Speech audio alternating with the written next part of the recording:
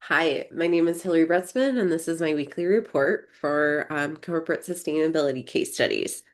So to begin with the Kaya identity, we see the sample country. First, I had to find agreement between the megajoules and the gigajoules so that it would cancel out all the units and we'd be left with what we were trying to find, which is the total CO2 emissions. So once I did that and got 0.0025 gigajoules times zero point 0.2, I came up with 750 million tons carbon dioxide as the total emissions for that country. Um, if we saw a reduction of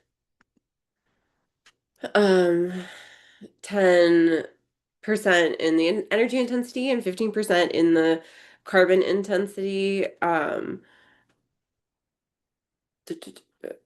All the other factors remain constant. That would have to happen through optimizing energy infrastructure, adding in renewable energies, um, and you know, and if the population didn't get lower, it would really just come down to using less fossil fuels for that country.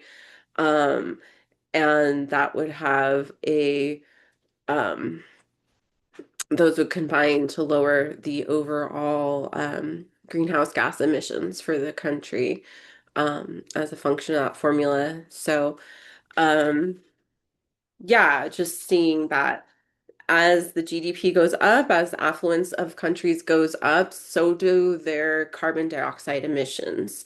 So the Kaya identity serves to help us really contextualize that and to also see the different ways that we can actually get into affecting the total CO2 emission. So other ways we can see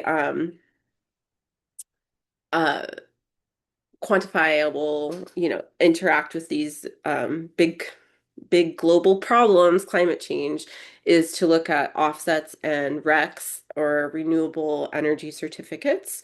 So offsets are measured in metric tons of CO2. It's things that organizations do to avoid or reduce their greenhouse gas emissions. So, this serves to lower the, effects of, or to lower the costs of greenhouse gas emissions mitigations, and offsets encompass scope one, two, and three, whereas RECs are they're measured in megawatt hours as opposed to the metric tons of CO2 for offsets. RECs are renewable energy generators. How for specifically scope two, organizations can impact their levels.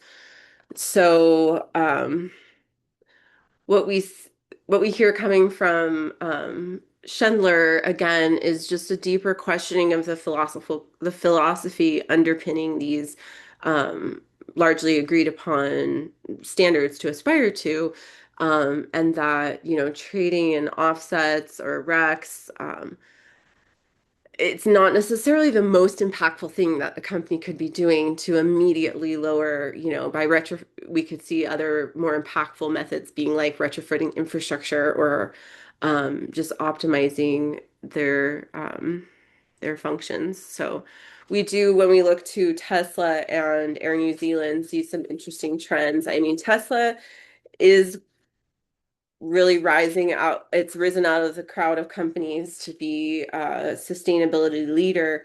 And so they're actually measuring energy in how much greenhouse gas emissions are being avoided, how much carbon dioxide is being avoided by their electric vehicles being on the road, by their renewable energy production, how much that's happening. We see how their whole supercharger network of further electric vehicles across the country is all 100% based on renewable energy.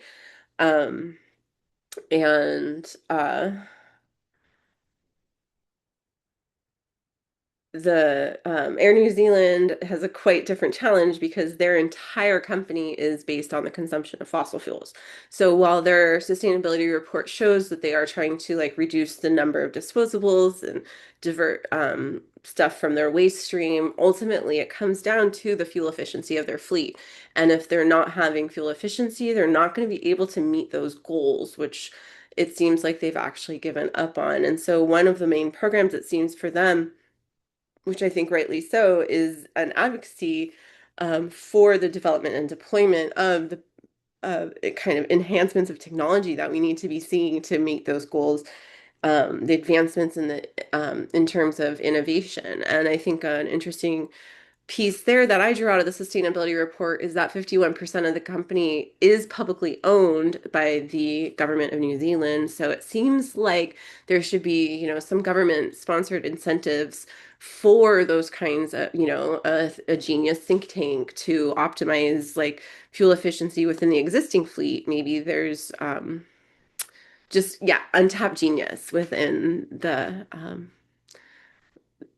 that could be mobilized to leverage that kind of effect for their goals by 2030 for net zero. But once again, a fossil fuel based industry, it's a very ambitious goal. So we'll keep watching and see how they're able to meet that target. All right. Thank you. Oh, I do have references. Let me see if I can share my screen. I'm having a little issue with that. I'll just email it as an attachment. Sorry about that.